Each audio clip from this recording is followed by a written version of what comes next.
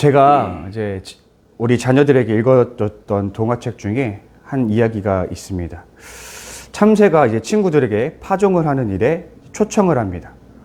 그런데 그의 친구들이 그 반응에 시큰둥합니다. 참새가 하는 수 없이 이제 파종을 합니다. 시간이 지나 추수 때가 오자 참새는 친구들에게 함께 추수할 것을 부탁합니다. 그러나 이번에도 친구들이 반응이 없습니다. 친구들은 탈곡하는 과정에서도 그 밀로 빵을 만드는 과정에서도 참여하지 않습니다. 그러나 빵이 마침내 다 만들어졌을 때 친구들은 자신이 도울 것이 없냐며 참새를 찾아옵니다. 참새는 친구들을 식탁에 불러놓고 이 빵이 만들어질 때까지 기여한 만큼, 노동에 기여한 만큼 빵을 나누기 시작합니다. 모든 일은 참새 혼자 했으므로 참새 혼자 모든 빵을 가져가면서 이야기는 끝이 납니다. 참새의 행동은 그리 틀린 것 같지가 않습니다. 땀 흘린 만큼 가져가는 것, 기여한 만큼 보상받는 것, 이것이 사람들이 마땅하게 생각하는 정의입니다. 그래서 많은 사람들이 결과의 평등이 아닌 과정의 평등을 말하곤 합니다. 그러나 예수님이 선포한 하나님 나라에서는 이러한 공식이 잘 성립되지가 않습니다. 오늘 본문은 선한 포도원 주인 비유입니다. 포도원 주인은 다름 아닌 하나님을 의미합니다. 이 포도원 주인은 새벽부터 나가서 일꾼을 고용합니다. 이른 새벽부터 오전 9시, 난 12시, 오후 3시, 오후 5시까지 나가서 일꾼을 고용합니다. 이동직을 해본 사람들은 알죠? 인력센터를 찾아가면 이른 아침에도 사람들이 바글바글 합니다. 당연히 경쟁이 붙게 되죠. 그럼 어떤 사람들이 일을 차지할까요?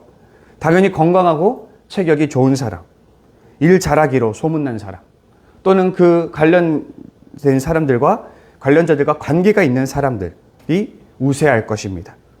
이런 사람들이 뽑히고 나면 경쟁력이 없는 사람들은 허탕을 치게 되죠.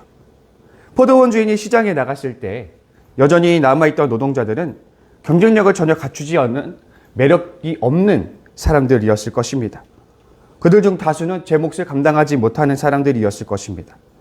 매력적인 노동력을 제공하지 못하고 그래서 고용주 입장에서는 그닥 쓸모있어 보이지 않는 그런 사람들이었을 것입니다. 그런데 포도원 주인은 날이 저무는 오후 5시까지 나가서 그 남아있는 사람들을 모두 고용합니다. 그리고 근데 하루 일이 다 끝나고 1급을 지급할 때가 옵니다. 결과는 성도님들이 다 알다시피입니다. 모두에게 동일한 한 데나리온이 지급되는 것이죠. 그러자 먼저 온 자들이 불만을 쏟아놓죠. 나중 온 이 사람들은 1시간밖에 일하지 아니하였거든 그들을 종일 수고하여 더위를 견딘 우리와 같게 하였나이다. 더 노력했으니 더 많이 가져야 하지 않겠습니까? 그것도 아니면 뒤늦게 온 사람들은 자기들보다는 적게 받아야 되는 것이 아닙니까? 우리가 세상에서 학습한 대로라면 이들의 주장은 정당해 보일지 모릅니다. 하지만 하나님에게는 이 방식이 잘 작동되지 않습니다. 하나님의 계산법은 다르기 때문이죠. 다윗이 도피 생활을 하던 중에 시글락이라는 지역에 거주할 때가 있었습니다. 다윗과 그의 군사들이 잠시 자리를 비웠을 때에 아말렉 족속이 시글락을 침입해서 그들의 가축과 가축과 재산을 모두 약탈해 간 적이 있었습니다.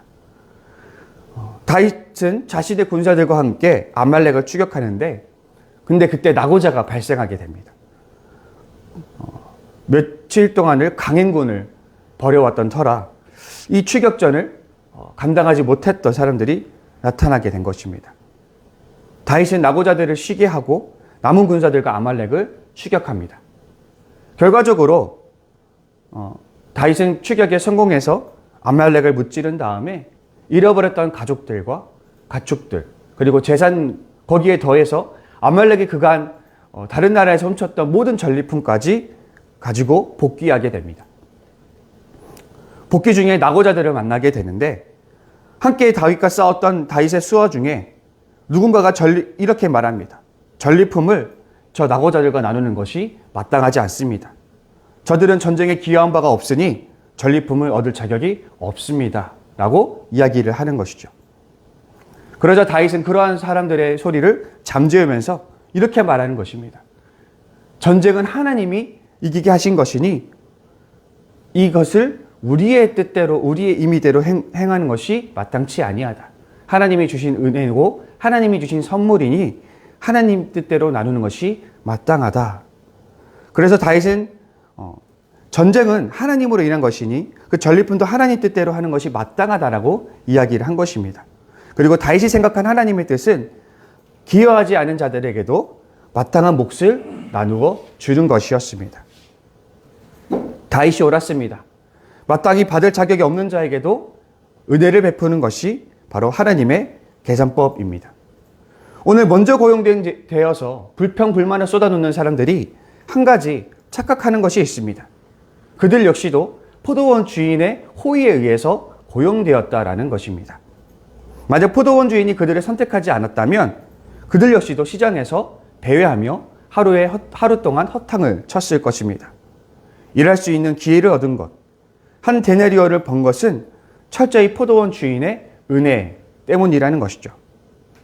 그 사람들 역시도, 먼저 온 자들 역시도 은혜를 입은 자들임에도 불구하고 은혜를 입은 다른 자들을 차별하는 것은 옳지 않습니다. 이 비유는, 오늘 우리가 살펴본 이 비유는 19장의 이야기와 연결되어 있습니다. 19장에서는 모든 것을 버리고 예수를 따랐던 제자들을 향해 예수님께서 장래에 베푸실 상을 이야기하고 있습니다. 그런데 예수님은 그 이야기 말미에 이렇게 말씀하십니다. 먼저 된 자가 나중되고 나중된 자가 먼저 될 것이다. 그 이후에 예수님이 오늘 본문의 이야기를 하고 계신 것이죠. 따라서 이 비유의 첫째 1차 청중은 제자들입니다. 따라서 먼저 고용된 자들은 제자들을 의미합니다. 이에 대한 삭은 제자들이 장래에 받을 상을 의미하는 것이죠. 그렇다면 나중된 자는 누구일까요? 죄인들, 부정한 자들, 그리고 추후에 하나님의 나라에 참여할 이방인들입니다. 아마도 이들은 하나님 나라에 참여할 자격이 없는 그런 사람들로 여겨지던 사람들을 의미할 것입니다. 이 비유는 애초에 하나님 나라에 들어갈 자격이 없는 사람들이 하나님의 선하심과 자비로 말미암아 제자들과 똑같이 부름을 받고 장래에 똑같은 상을 받게 될 것을 말해주는 비유입니다. 먼저 된 자가 나중되며 나중된 자가 먼저 된다는 이 말씀을 우리가 주목해 보아야 합니다. 왜냐하면 제자들은 이 말씀을 자신들을 향한 이야기로 들어야 하기 때문입니다. 제자들은 자신들에게 익숙한 세상의 계산법에 따라서는 안 됩니다. 하나님의 은혜를 망각하고 나의 공로와 타인의 공로를 저울질하며 차별하고자 하는 태도는 결코 온당한 태도라 할 수 없는 것이죠. 오히려 제자들은 하나님의 성품을 고려해야만 합니다. 포도원 주인처럼 잃어버린 자들 마지막까지 찾으시는 하나님의 뜻에 동참해야 하는 것입니다. 안타까운 이야기지만 이 말씀은 오늘 우리 그리스도인에게 주어지는 하나님의 말씀입니다. 먼저 부름받은 자로서 먼저 헌신하고 먼저 수고하고 있는 우리 크리스천들을 향한 경고의 말씀입니다. 우리 크리스천들에게도 결코 숨길 수 없는 보상 심리가 우리 안에 내재되어 있습니다. 내가 헌금한 만큼, 내가 봉사 헌신한 만큼 하나님과 사람에게 더 큰 인정을 받고 싶은 것이 우리들의 마음입니다. 매일 예배 끝나자마자 청소 시간에 도망가고 소그룹을 하지 않고 그저 교회만 들렸다 가는 사람들을 향해 우리는 우리도 모르게 차별하고 무시하는 태도를 가질 때가 있습니다. 반면에 헌금을 많이 하고 항상 모든 예배를 참석하고 봉사 헌신하는 사람들에게 더 큰 인정을 주는 것이 우리들의 마음입니다. 이렇게 우리는 더 큰 열심을 내고 더 많이 마음을 쏟는 만큼 교회 안에서 더 많은 지분을 가져야 된다라고 착각하기가 쉽습니다. 그러나 우리는 그때 하나님의 은혜를 기억해야만 합니다. 우리는 이미 하나님께 약속받은 삭을 받았다라는 것이죠. 죄인으로서 하나님께 소외되어 살아가던 우리를 용서하시고 품어주신 하나님의 사랑을 우리는 이미 받았습니다. 우리는 이미 하나님을 허락받았고 하나님 품 안에서 하나님과의 관계를 누리며 하나님의 인도와 보호와 공급을 경험하며 살아가고 있습니다.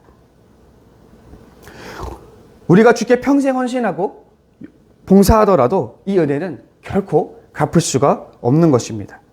그래서 성도는 이 하나님의 은혜만으로 족한 사람들이어야 합니다. 지저스 처치 성도 여러분, 우리가 그 비유 중에 달란트 비유가 있죠. 1만 달란트 비유가 있죠. 이 1만 달란트라는 이 금액은 사실 어떤 정말 예수님께서 경제적으로 환산할 수 없는 그만큼의 무한한 가치를 가진 금액을 의미합니다. 우리가 1만 달란트를 빚졌다라는 것은 우리가 하나님께 전혀 갚을 수 없는 빚을 졌다라는 의미를 내포하고 있습니다. 근데 이 빚은 결코 하나님께 갚을 수 없죠. 그렇다면 우리는 평생 이 빚을 하나님께 갚아가는 삶을 살아야 한다고 생각을 해야 할 것입니다. 내가 하는 모든 수고는 이 빚에 비하면 아무것도 아닌 것입니다. 그러니 내 행위를 공로 삼아 하나님께 자랑할 것이 없습니다. 우리가 아무리 하나님께 의로운 행동을 드린다 해도, 순종을 드린다 할지라도 우리가 이미 탕감받았던 빚에 비하면 아무것도 아닌 것입니다. 따라서 성도는 봉사와 헌신할 때에 내 안에 숨어있는 보상심리를 부인해야 할 것입니다. 우리는 보상심리에 따라서 인정받고자, 더 많은 것을 얻고자, 더 많은 지분을 주장하고자 봉사할 것이 아니라 하나님께 받은 은혜에 대한 감사의 반응으로서 기꺼이 봉사와 헌신에 참여해야 할 것입니다. 또 한 가지 나누고 싶은 것은 우리는 하나님의 계산법을 마음에 새겨야 한다는 것이죠. 우리는 어떤 일에 대한 기여도에 따라 차별 대우하는 것을 마땅하게 여깁니다. 그러나 하나님은 공로 없는 자에게 은혜를 베푸시기를 즐겨 하시는 분이라는 사실을 기억해야만 합니다. 우리가 이 하나님의 성품에 참여할 수 있으면 좋겠습니다. 자격 없는 자에게도 선뜻 호의를 베풀 수 있는 우리가 되었으면 좋겠습니다. 우리가 이렇게 세상의 계산법을 따르는 이들 앞에서 하나님의 계산법을 따르게 될 때에 사람들은 충격을 받게 될 것입니다. 우리가 이렇게 하나님의 계산법에 따라 세상 사람들 앞에서 신선한 충격, 거룩한 충격을 선사하며 하나님의 영광을 드러내는 저와 여러분이 될 수 있기를 간절히 소망합니다. 우리 시간 들은 말씀 기억하시면서 함께 기도의 자리로 나아갑니다. 먼저 기도하실 때는 우리 이 지어처치의 향후 미래를 위해서, 앞으로의 사역들을 위해서 기도해 주시고, 또 우리 지체들 가운데 아픈 지체들이 있습니다. 특별히 우리 김대경 성도님, 또 김대경 성도님을 보필하시는 우리 박효진 권사님 위해서 기도해 주시고, 또 기타 아픈 또 상황이 어려운 지체들을 위해서 기도해 주시길 바랍니다. 그리고 각자 가지고 나오신 기도 제목을 가지고 함께 기도하기 전에 우리 주기도문으로 신앙 고백하신 뒤에 기도의 자리로 나아가겠습니다. 하늘에 계신 우리 아버지, 아버지의 이름을 거룩하게 하시며 아버지의 나라가 오게 하시며 아버지의 뜻이 하늘에서와 같이 땅에서도 이루어지게 하소서.